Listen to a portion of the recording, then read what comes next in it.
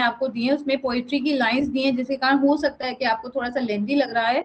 तो आंसर्स आपको बहुत ज्यादा लिखने नहीं है, 200 वर्ड्स के ही लिखने हैं, 400 वर्ड्स के मैंने आपको आंसर्स दिए हैं। तो आप उसे शॉर्टन कर लीजिएगा जहां भी आपको डिफिकल्ट लग रहा है, ठीक है। उस सेंटेंस को आप कट कर लीजिएगा कि यहाँ से आप नहीं लिख पा रहे, और सभी लोग नोट्स को प्रिंट आउट करा ले तो ज्यादा आपके लिए आई थिंक सही रहेगा। और आप में से सविता जी ने भी मेरे से ये क्वेश्चन पूछा था कि सारे नोट्स कब तक मिल जाएंगे, तो इस वीक तक नोट्स आपको सारे मिल जाएंगे, जिससे आप लास्ट मोमेंट तक नोट्स प्रिंट आउट ना करा देना, ठीक है। तो चलिए देखते हैं, नेक्स्ट राइटर आज के हैं अल्फ्रेड लॉर्ड टेनिसन। आप लोग नोट्स एक बार क्लास के बाद रिवाइज कर लीजिएगा, ठीक है। यहाँ पे दो पोएम है, ब्रेक ब्रेक ब्रेक और यूलिसिस, दोनों ही बहुत इंपॉर्टेंट पोएम है। अगर हम ब्रेक ब्रेक ब्रेक की बात करें तो अगेन ये पोएम राइटर की लाइफ से कनेक्ट है, क्योंकि ये इनके पर्सनल लॉस को भी दिखा रहा है, और इवन उस एज में जो चीजें हो रही थी, एक कंटिन्यूअस क्लैश हो रहा था साइंस और फेथ के बीच, उसको भी ये दिखा रहा है, ठीक है। सबसे ज्यादा जो अहम जो चीज है वो है राइटर की खुद की पर्सनल लाइफ का जो लॉस। ओके, तो चलिए देखते हैं इसमें एक क्वेश्चन, ग्रीफ एंड लॉस। जो सबसे पहले क्वेश्चन दिया रहता है वही सबसे ज्यादा इंपॉर्टेंट होता है, ठीक है। जो सबसे पहले क्वेश्चन दिया है वही आप लोगों के लिए इंपॉर्टेंट है, लेकिन उससे रिलेटेड भी बहुत सारे पॉइंटर्स है जो आप लोग पढ़ सकते हैं। तो ये आपकी पूरी विश है कि आप उसे पढ़ना चाहें या ना पढ़ना चाहें। तो चलिए देखते हैं, ब्रेक ब्रेक ब्रेक का पब्लिकेशन ईयर आप लोग बताइए क्या है। What is the publication year?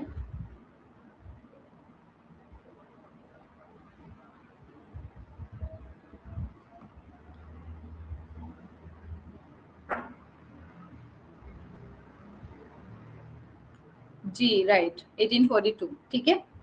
तो ब्रेक ब्रेक ब्रेक, यहाँ पे पहली बात तो आपको ये समझना है कि तीनों ब्रेक इसका क्या मतलब है। तो पहला जो ब्रेक है वो एक क्लैश जो दिखा रहा है रिलीजन और साइंस के बीच, उस क्लैश को दिखा रहा है। दूसरा ब्रेक जो है वो कहीं ना कहीं राइटर की खुद की जो अपनी पर्सनल लाइफ में उनका लॉस हुआ है उसको दिखा रहा है। And third break is about the breaking of sea waves against pebbles, ठीक है। जो समंदर के किनारे जो पेबल्स है, जो पत्थर पड़े हुए उनसे लहरें टकरा रही हैं, इसको दिखा रहा है।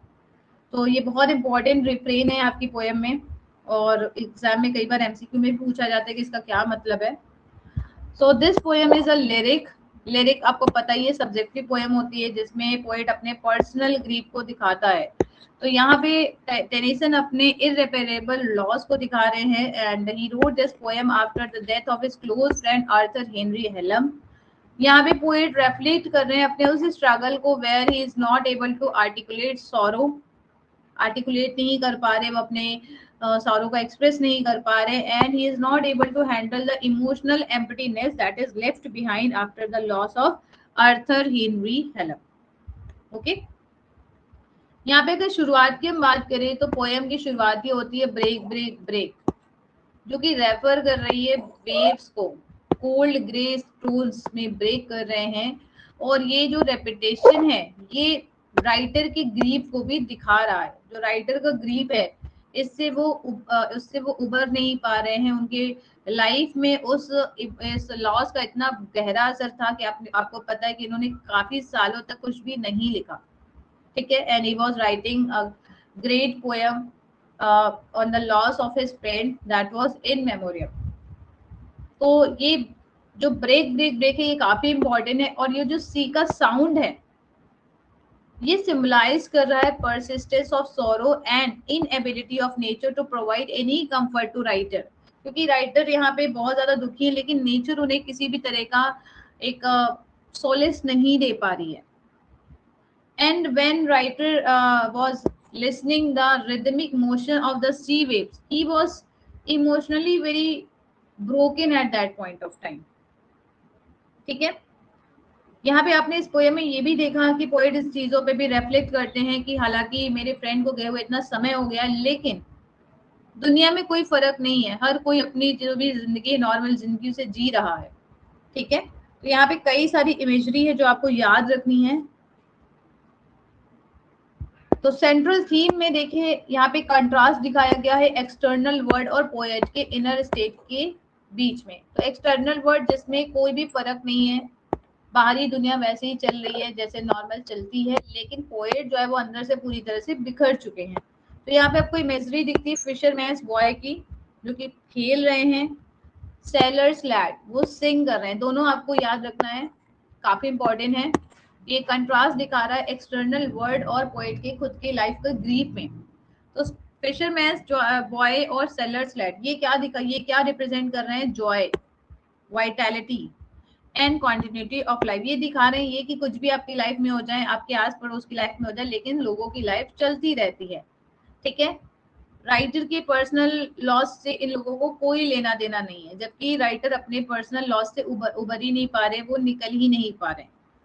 तो ये जो इमेजरी है काफी ज्यादा शार्प इमेजरी है जो कि पोइट के सेंस ऑफ लॉस को दिखा रहा है, and it shows that the world continues as usual, the people are indifferent to his personal tragedy. जो कि कहीं ना कहीं ये जो रियलाइजेशन है ये इनके आइसोलेशन को इंटेंसिफाई कर रहा है। ठीक है, the poet also reflects on the past and he recalls the happy moments he once shared with his friend। बहुत इंपॉर्टेंट पॉइंट है, लास्ट में वो अपने फ्रेंड को याद करते हैं और वो ये सोचते हैं कि काश ऐसा होता कि वो अपने फ्रेंड के साथ कुछ वक्त शेयर कर पाते, लेकिन उन्हें रियलाइज भी होता है और वो क्या कहते हैं, but O for the touch of a vanished hand and the sound of a voice that is still. Still मतलब शांत हो चुकी है। मतलब यहाँ पे ये अपनी अनफुलफिल्ड डिजायर बता रहे हैं कि काश वो हाथ होता जो वैनिश हो चुका है, काश वो आवाज होती जो अब शांत हो चुकी है। इसका मतलब है कि वो इस बात को रियलाइज कर पा रहे हैं कि अब इनकी ये विश कभी भी फुलफिल नहीं हो सकती, and he expresses a deep longing for the return of his friend जो कि उनकी लाइफ से हमेशा के लिए जा चुके हैं। यहाँ पे एक वर्ड यूज होता है वैनिश जो कि डेथ की फाइनलिटी को दिखा रहा है, डेथ की इनएबिलिटी को दिखा रहा है, और स्टिल वर्ड दिखा रहा है silence, silence after death, and कहीं ना कहीं डेथ की परमानेंस को भी दिखा रहा है, दैट डेथ जो है वो शाश्वत है। ठीक है, डेथ शाश्वत है और आप उससे जीत नहीं सकते हैं। तो यहाँ पे आपको इन पॉइंट्स को थोड़ा सा ध्यान रखना है। And this line captures the essence of grief in the life of writer also, the yearning of something that can never be achieved। तो इनकी लाइफ में आपको एक लॉस दिख रहा है जो कभी भी वो अब उस लॉस को अब कभी भी हम कह सकते हैं भूल नहीं सकते। ठीक है, if we talk about the nature, तो नेचर भी इंडिफरेंट है। शुरुआत में उन्होंने नेचर की ब्यूटीफुल इमेजरी को दिखाया है, लेकिन लेटर ऑन उन्होंने नेचर के इंडिफरेंट रूप को भी दिखाया है। तो सी, रॉक्स और शिप, ये इमेजरी आपको याद करनी है इस पोएम में। ठीक है, शुरुआत में इन्होंने इन सब के बारे में जिक्र किया है, हालांकि ये सभी राइटर को कोई भी सोलेस नहीं दे पा रहे, कोई भी कंफर्ट नहीं दे पा रहे हैं। एंड ये जो इंडिफरेंस है, this indifference of nature intensifies human suffering. जहाँ पे हम देखते हैं नेचर अपना जो रास्ता है, जो अपना एक तरीका है उसे फॉलो करती है, human beings are left alone to cope up with their emotional pain. ठीक है, यहाँ पे एक तरफ नेचर है जो अपना रास्ता जैसा उसका है या जो भी नेचर का पैटर्न है उसे फॉलो कर रही है, बट की ह्यूमन जो है उसकी लाइफ रुक चुकी है। तो आपको इन चीजों को लिखना होगा। अगर हम बात करें पोएम की लैंग्वेज की, तो the language that is used by the poet that is simple. Repeated lines आपको यहाँ पे दिख रही हैं, लाइंस शॉर्ट हैं, कुछ आपको ऐसे वर्ड्स मिलेंगे जो कि उनके डिस्पेयर को दिखा रहा है। इमेजरी आपको दिख रही डार्क ग्रे स्टोन्स, ये इमेजरी नेगेटिविटी को दिखा रहा है, related with the death, related with the sorrow. तो आप इसको भी थोड़ा सा मेंशन कर सकते हैं। ठीक है, एंड कुछ ऐसे सेंटेंसेस हैं जहाँ पे पोएट के डीप इमोशंस को दिखाया गया है। तो आपको यहाँ पे ट्रैजिक नोट देखने को मिलेगा, some imagery are used here, some repetition is used here to intensify the poet's emotions of loss. Okay, so in conclusion we can say that break break break is a powerful expression of grief and loss, जहाँ पे हम सी की imagery देखते हैं। सी की imagery के through life and sorrow के बीच एक कंट्रास्ट दिखाया गया है। सी जो कि कभी भी नेवर एंडिंग है, जैसा इसका पैटर्न है वैसे ही ये अपने पैटर्न को फॉलो कर रहा है, ठीक है। और जो वेव्स है वो टकरा रही हैं, जो कि राइटर के दुख को भी इंटेंसिफाई कर रही हैं। The poet is recollecting his past memories and he also conveys the depth of human suffering, कि अगर कोई व्यक्ति सफर कर रहा है तो उसकी क्या इंटेंसिटी हो सकती है, इसको भी वो दिखा रहे हैं इस पोयम में, ठीक है। तो इस पोयम में आपको यूनिवर्सल एक्सपीरियंस देखने को मिल रहा है of morning and the enduring pain of losing a loved one. अगर आप किसी को खो दे अपनी लाइफ में, आपकी लाइफ में एक मॉर्नफुल एक्सपीरियंस हो, तो उसका किस इंटेंसिटी तक आप पे असर पड़ सकता है, इस पोयम में टेनिसन ने अपने उसी इमोशंस को दिखाया है। तो आपको यहाँ पे सबसे पहले जब भी आप आंसर्स लिखेंगे, आप एक बार पोयम पढ़ेंगे, जैसे अभी आप लोग प्रैक्टिस कर रहे हैं, आप पोयम पढ़ेंगे, उसकी थोड़ी सी समरी आप लोग पढ़ लेंगे, कुछ इमेजरी, कुछ सिंबलिज्म उसे नोट डाउन कर लेंगे, कुछ लाइंस जो आपको याद आ रही हैं, 2 से 3 लाइंस या कुछ छोटे वर्ड्स आपको याद आ रहे हैं जो आपको लग रहा है कि आंसर में मेंशन करना चाहिए, उसे आप लिख सकते हैं। और जैसा क्वेश्चन आपसे पूछा जाए उस अकॉर्डिंग आपको लिखना है, ठीक है। ऐसा नहीं मैं कह रही हूँ कि अगर मैं जो क्वेश्चन आपको दिखा रही हूँ सेम इसी लैंग्वेज में पूछा जाएगा, ऐसा कोई जरूरी नहीं है, लेकिन इससे रिलेटेड ही पूछा जाएगा, इस बात की श्योरिटी है, ठीक है। तो क्या आपको ये समझ में आया, बताइए।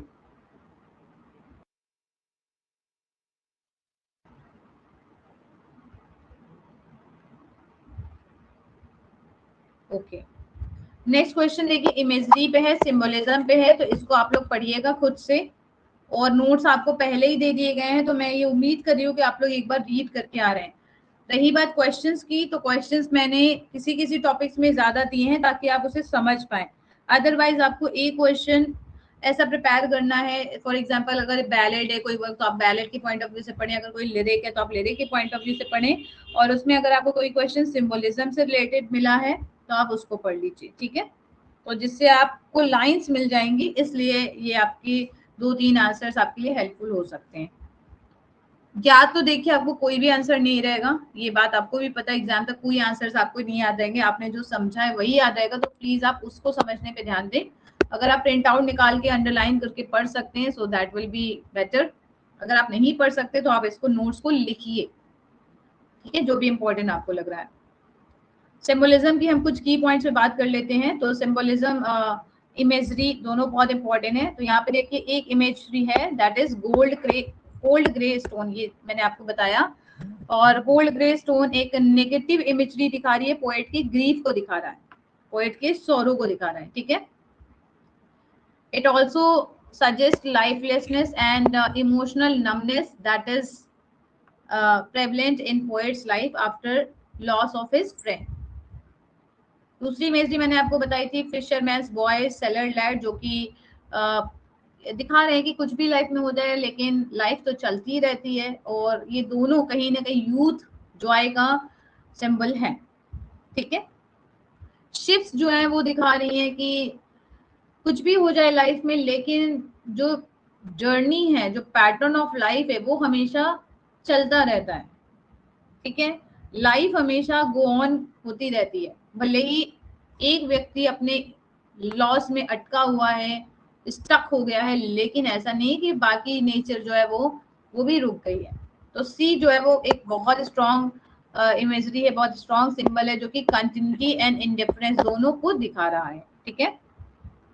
लास्ट में आप कुछ लाइंस देखते हैं, the touch of vanished hand, the sound of a voice, ये इनके लॉस को भी दिखा रहा है और अनफुलफिल्ड डिजायर को भी दिखा रहा है, दैट जो उनकी बाईगॉन सिचुएशन है वो अब बाईगॉन है, वो अब कभी लौट के नहीं आएगी, ठीक है। तो ये आपको कुछ इमेजरी याद रखनी है, और आंसर्स आपको क्वेश्चंस के अकॉर्डिंग लिखना है, जैसा आपसे पूछा जाए, ठीक है। तो मुझे नहीं लगता कि आपको अब बहुत ज्यादा प्रॉब्लम आएगी। एक और आपको ध्यान रखना है कि ये जो पोयम है ये यूनिवर्सल ग्रीफ को भी दिखा रहा है, क्योंकि हर किसी की लाइफ में कुछ ना कुछ लॉस तो होता ही रहता, तो यूनिवर्सल ग्रीफ को ये पोयम डील करती है, और हमारी ग्रीफ के साथ बाकी का नेचर या बाकी की जो सराउंडिंग्स है वो कैसे कॉप अप करती है, यहाँ पे भी इस चीज को दिखाया गया है, ठीक है। तो personal loss versus the continuity of life, इस पॉइंट को आपको याद रखना है। universality of grief and how the poet is dealing with his personal emotions, personal loss. यहाँ पे भी इस पोएम को समझना है आपको। तो आई होप आपको ये चीजें क्लियर है। आप लोग एक बार पढ़ लीजिएगा इसे। क्या आपको अभी कोई डाउट है इसमें?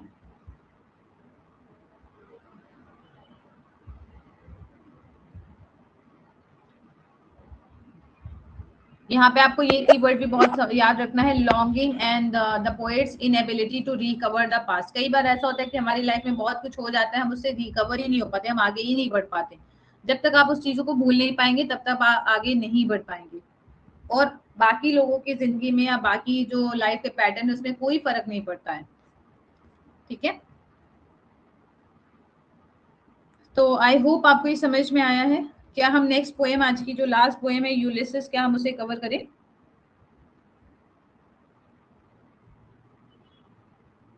क्योंकि कल रीता जी ने पॉइंट आउट किया था कि बहुत ज्यादा पोएम्स ना की जाए, तो मैं बहुत ज्यादा नहीं कर रही हूँ और बहुत ज्यादा क्वेश्चंस भी मैं डिस्कस नहीं कर रही हूँ, ताकि आपके बीच कंफ्यूजन ना हो। और ऐसा कुछ भी नहीं लिखा है जो आप पढ़ने में समझ ना पाए, सिर्फ आपको समझना है, पढ़ना है और उसको लिखना है। ठीक है,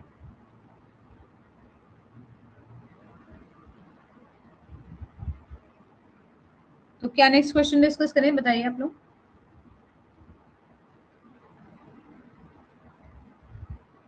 आप लोग को जो भी डाउट होगा आपको समय दिया जाएगा क्लास के लास्ट में, और आप लोग जो भी पॉइंट्स हैं उसे बोल सकते हैं, बता सकते हैं कि कहाँ पे आपको डाउट आ रहे हैं। ठीक है, चलिए देखिए यूलिसिस का ये क्वेश्चन आपको जरूर प्रिपेयर करना है, Ulysses as a dramatic monologue, क्योंकि आपको यहाँ पे बहुत सारे पॉइंट्स मिल जाएंगे जो कि आंसर्स कोई भी पूछा जाए आप उसमें लिख सकते हैं। ठीक है, तो ड्रामेटिक मोनोलॉग क्या होता है, इसको आप लोग थोड़ा सा डिफाइन कीजिए, बताइए चैट बॉक्स में। ड्रामेटिक मोनोलॉग आपने एक और पढ़ा है, माय लास्ट डचेस, तो इसको भी हम डिस्कस करेंगे। ठीक है, तो यूलिसिस में आपको कुछ चीजें ध्यान रखनी है। पहले तो इसकी थीम बहुत इंपॉर्टेंट है आप लोगों के लिए।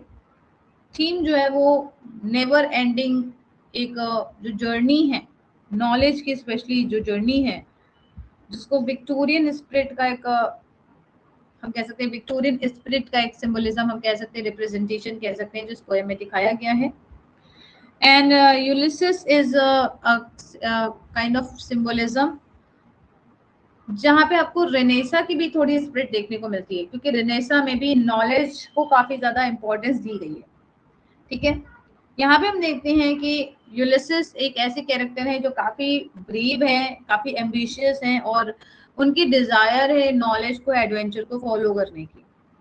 ठीक है, लेकिन कहीं ना कहीं अब वो जब अपने स्टेट वापस आ जाते, अपने किंगडम वापस आ जाते, तो इस जर्नी को जो जिसको वो जी रहे थे अब वो नहीं जी पा रहे हैं। तो इसके बाद क्या सिचुएशन है ये दिखाई गई है। तो आपको इसी पॉइंट ऑफ व्यू से इन चीजों को मेंशन करना है, और आपको यूलिसिस की स्पीच कई सारे याद करने होंगे। ठीक है, जैसे यहाँ पे अभी लिखा है, to strive to seek, to find and not to yield, to follow knowledge like a sinking star. ठीक है, शुरुआत की लाइन बहुत ज्यादा इंपॉर्टेंट है, शुरुआत की स्टार्टिंग की लाइन जहाँ पे यूलिसिस कहते हैं कि that he is not able to cope up with the situation, और वो इन सैवेज पीपल को रूल नहीं करना चाहते हैं। ठीक है, तो इन सारी लाइंस को भी आपको लिखना होगा। चलिए देखते हैं। So Ulysses by Tennyson is a dramatic monologue जहाँ पे रेस्टलेस स्पिरिट दिखाया गया। तो ड्रामेटिक मोनोलॉग का सबसे ज्यादा इंपॉर्टेंट जो पॉइंट है वो ये है कि साइलेंट लिसनर होता है। ठीक है, वहां पे आपको दो लोगों का स्पीच देखने को नहीं मिलेगा, और कहीं ना कहीं ड्रामेटिक मोनोलॉग में आपको किसी भी पर्सन के एक साइकोलॉजिकल स्टेट को देखने को मिलता है। और आप यूलिसिस जब पढ़ते हैं तो आपको एक आइडिया लग जाता है कि यूलिसिस का कैरेक्टर कैसा है, वो किस तरह के व्यक्ति है। ठीक है, तो ये बहुत इंपॉर्टेंट है।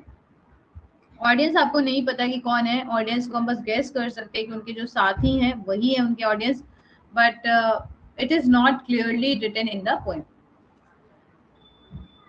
तो यहाँ पे यूलिसिस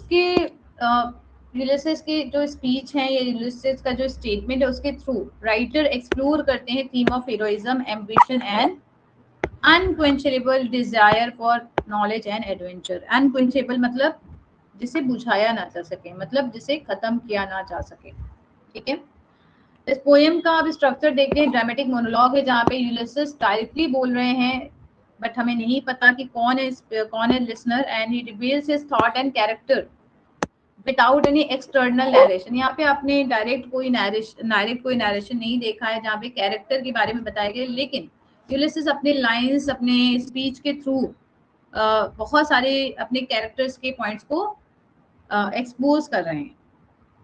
शुरुआत में हम देखते हैं that he was an aging king जिन्हें अपनी present life dull and meaningless लगती है। ठीक है, and he does not want to rule over a savage race. He does not want to perform routine duties, क्योंकि इनके ये हीरोइक टेम्परामेंट को सर्व नहीं करती है। ठीक है, और ये जो डिससेटिस्फैक्शन है ये इनके लॉन्गिंग को दिखाता है फॉर एक्शन एंड एक्सप्लोरेशन, जो कि उनकी आइडेंटिटी भी बन चुकी है, क्योंकि इन्होंने हमेशा से ही एक्सप्लोर किया है चीजों को, हमेशा से ये बाहर रहे, इसलिए ये एक जगह रुक नहीं सकते हैं। ओके, शुरुआत की लाइन है, it little profits that an idle king by the still hearth among these barren crags matched with an aged wife I meet and rule unequal laws onto a savage race। ठीक है, तो बहुत important है, that would sleep and feed and know not me. तो इन्हें ये बड़ा बुरा लग रहा है कि जो सैवेज रेस है ये इन्हें बहुत अच्छे से जानती भी नहीं है, सिर्फ अपने डेली रूटीन में व्यस्त है, तो ये इनको कहीं ना कहीं अच्छा नहीं लगता है। And Ulysses is stuck in his past adventures with the pride। वो ये बताते हैं how he has seen and unknown many lands and people। ठीक है, ये बोलते हैं I cannot rest from travel, I will drink life to the lees। I will drink life to the lees का मतलब है कि मैं अपनी लाइफ के अंतिम सिरे तक अपनी लाइफ को एक्सप्लोर करूंगा, लाइफ के लास्ट मोमेंट तक अपनी लाइफ को एक्सप्लोर करूंगा। All times I have enjoyed greatly, have suffered greatly, both with those that loved me and alone on shore। तो काफी इंपॉर्टेंट है। ठीक है, ये भी line, he says that I am part of all that I have met। ये दिखाता है कि इन्होंने जिन भी लोगों से हम कह सकते हैं जिन भी लोगों को मिला है इन्होंने अपनी लाइफ में, जिन भी लोगों के साथ ये रही हैं, इनकी एक्सपीरियंस के थ्रू ही इनकी पर्सनालिटी डेवलप हुई है। बट ऐसा नहीं कि वो अब अपनी जर्नी से सेटिस्फाई हो चुके हैं, ही इज नॉट कॉन्टेंट, बट वो अपनी लाइफ की जर्नी को कंटिन्यू करना चाहते हैं। क्यों, यहाँ पे एक लाइन आती है, I am part of all that I have met, yet all experience is an arc where through gleams that untraveled world whose margin feeds forever and forever I move। मतलब के कहने का मतलब इनका कहना है कि जो ये एक्सपीरियंस है आर्क की तरह होता है, और जब भी मैं अपनी लाइफ में आगे बढ़ता हूँ, तो अगर यूलिसेस यहाँ ये जितना आगे बढ़ते जाते हैं, ये जो पॉइंट है ये इनसे और दूर होता जाता है। मतलब कि जो नॉलेज है वो कभी खत्म ही नहीं हो रहा है, और जो इनका एक्सप्लोरेशन है वो एक्सपैंड होता जा रहा है। बहुत सारी चीजें हैं जो इन्होंने एक्सप्लोर नहीं की है। तो जैसे आपने इंडिपेंडेंस ऑफ इग्नोरेंस पढ़ा है, वहां पे आपने देखा है कि आप जितनी चीजों को पढ़ेंगे आपको और सारी ऐसी चीजें मिलेंगी जो आप नहीं जानते। ठीक है, तो यहाँ पे इस पॉइंट को यहाँ पे दिखाया है इन्होंने, all experience is an arc. इस पॉइंट के थ्रू ये बता रहे हैं that he can see further possibilities, और उन फर्दर पॉसिबिलिटीज को ये फुलफिल करना चाहते, एक्सप्लोर करना चाहते हैं। इनका मानना है कि that knowledge and exploration are limitless. ठीक है, जिसको हम मान नहीं सकते, जिसको हम फुलफिल नहीं कर सकते, जितना हम एक्सप्लोर करेंगे उतना ज्यादा और हमें स्कोप मिलेगा एक्सप्लोर करने का। तो यहाँ पे जब आपने इन चीजों को पढ़ा तो कहीं ना कहीं आपको एक यूलिसेस का कैरेक्टर में एक जो पॉइंट मिला वो मिला, एक तो एक्सप्लोरेशन का point, he is a brave person, he is determined person, जो कि इतनी एज के बावजूद भी अपनी जर्नी को कंटिन्यू करना चाहते हैं। He refuses to accept a passive life, even वो अपने कंपेनियंस को बुलाते हैं एक फाइनल वॉयज के लिए। ठीक है, लास्ट वॉयज वो बताते हैं। यहाँ पे एक लाइन है, how dull it is to pause to make an end, to rust unburnished and not to shine in use. ठीक है, मतलब कि अगर आप रुक गए तो क्या हो गया, कहीं ना कहीं जैसे जो लोहा है, अगर आप बहुत समय तक उसे यूज ना करें तो उसमें क्या हो जाता है, उसमें जंग लग जाता है। बिल्कुल ऐसे इनका कहना है कि अगर हम अपनी जो भी पॉसिबिलिटीज हैं या जो भी हमारी जो कैपेबिलिटीज हैं उन्हें अगर हम यूज ना करें तो कहीं ना कहीं हमारी कैपेबिलिटीज भी एकदम स्टक हो जाएंगी अगर हम उन्हें यूज ना करें। ठीक है, so that's why he want to make a last exploration with his companions. Okay, और एक लाइन और है जो बहुत इंपॉर्टेंट है, life wild and life were all too little and of one of me little remains, every hour is saved from that eternal silence। तो eternal silence मतलब death की बात हो रही है यहाँ पे, और वो कहीं ना कहीं अपनी लाइफ के हर एक घंटे का हर एक मिनट अपनी लाइफ का जीना चाहते हैं। ठीक है, तो strive to seek to find and not to yield, ये बहुत इंपॉर्टेंट लाइन है। आपको कहीं ना कहीं कोई भी लाइन याद रहे या ना रहे, आपको ये लाइन तो जरूरी याद रहेगी, जो कि यूलिसिस के हीरोइक स्पिरिट को दिखाता है और विक्टोरियन आइडियल को भी दिखा रहा है, of Perseverance and courage in the face of adversity. भले ही लाइफ में कितनी भी एडवर्सिटी आ जाए, पर आपका करेज, आपका परसेवरेंस कभी भी नहीं खत्म होना चाहिए। ठीक है, यहाँ पे आपको टेलीमैकस के बारे में भी आपको पता चलता है, जहाँ पे टेलीमैकस को इन्होंने बहुत आइडियल सन बोला है और ये बोला कि कहीं ना कहीं he is the suitable person for ruling this savage race. वो उनके अंदर वो रिस्पॉन्सिबिलिटीज है जो वो रूल कर सकते हैं। तो यहाँ पे कहीं ना कहीं हमें यूलिसिस का ये भी एक एस्पेक्ट दिखता है कि वो अपनी रिस्पॉन्सिबिलिटीज को पूरा नहीं करना चाहते, अपनी जो खैर डोमेस्टिक रिस्पॉन्सिबिलिटीज उसे वो पूरा नहीं करना चाहते, बल्कि जो उनकी पर्सनल जो भी एक्सपेक्टेशन है एक्सप्लोरेशन की, या हम कह सकते हैं एडवेंचरस जर्नी की, उसे ही वो लीड करना चाहते हैं या उसे ही वो फॉलो करना चाहते हैं। ठीक है, तो यहाँ पे आपको दो एक कंट्रास्ट देखने को मिलता है टेलीमेकस और यूलिसिस दोनों के डिस्क्रिप्शन से। यूलिसिस जो कि एक्शन ड्रिवन पर्सन है और जो टेलीमेकस है वो ड्यूटी ड्रिवन पर्सन है, तो दोनों में आपको एक कंट्रास्ट देखने को मिलता है। कभी कभी ऐसा भी लगता है कि यूलिसिस शायद सिर्फ सेल्फ सेंटर्ड ही है, बल्कि लेकिन ऐसा नहीं है, क्योंकि उन्होंने अपनी life as a king lead कर ली है। अब वो जो लास्ट जो उनकी लाइफ का फेज है वो उसे एक्सप्लोर करने में जीना चाहते हैं। ठीक है, सो आपको कई बार ऐसा लग सकता है that Ulysses is a selfish king who is abandoning his duties of father, of husband and of a king, and he is just following his desire for adventure. कहीं ना कहीं ये एस्केपिज्म भी दिख रहा है, ट्रू हीरोइज्म नहीं दिख रहा है, बल्कि एस्केपिज्म ही दिख रहा है। ठीक है, तो ये डिफरेंट डिफरेंट इंटरप्रिटेशन है डिफरेंट डिफरेंट क्रिटिक्स के, बट अगर हम ओवरऑल देखें तो यहाँ पे यूलिसिस को एक रिप्रेजेंटेटिव के तौर पे दिखाया गया है, स्पेशली विक्टोरियन स्पिरिट का, where the people are striving for continuous growth and they are also following so many exploration, जो कि उनके नॉलेज को बढ़ा सके, जो कि उनके एक्सपीरियंस को बढ़ा सके। तो यहाँ पे हमें यूलिसिस की एक ह्यूमन एस्पिरेशन दिख रही है, डिजायर दिख रही है फॉर कंटिन्यूअस ग्रोथ, वो अब रुकना नहीं चाह रहे अपनी लाइफ में। ठीक है, and he is a complex character जिनमें हमें हीरोइक डिटर्मिनेशन भी दिखती है और ह्यूमन लिमिटेशंस भी दिखती है। तो इस पोएम में स्पिरिट ऑफ स्ट्राइविंग को सेलिब्रेट किया गया है। Okay, not to yield, to follow sinking like a to follow knowledge like a sinking star।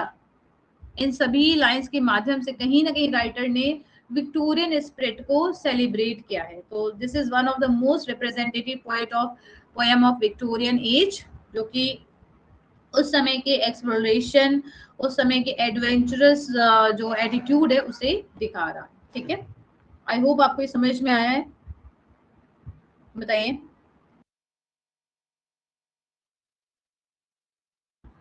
Yes,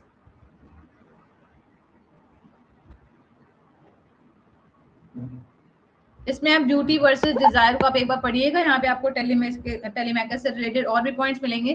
पहला क्वेश्चन है जो काफी बार पूछा जाता है, तो इसलिए जो भी क्वेश्चन इंपॉर्टेंट होने मैंने पहले लिखा है, तो आप इसे जरूर पढ़िएगा। सेकेंड क्वेश्चन को आप पढ़िएगा तो आपको कुछ और भी पॉइंट्स मिलेंगे। ठीक है, analyse Ulysses as a representative Victorian poet. कई बार यहाँ से भी क्वेश्चन पूछा जाता है, तो आपको विक्टोरियन एज की जो भी कैरेक्टरिस्टिक आपको पता है उसको आपको अप्लाई करना है यहाँ पे। जैसे यहाँ पे अगर हम बात करें विक्टोरियन एज की, तो it is considered as an age of ideals, conflict, okay, doubt and dispute, तो यहाँ पे आपको कुछ पॉइंट्स देखने को मिलेंगे विक्टोरियन एज से रिलेटेड। तो आप इसे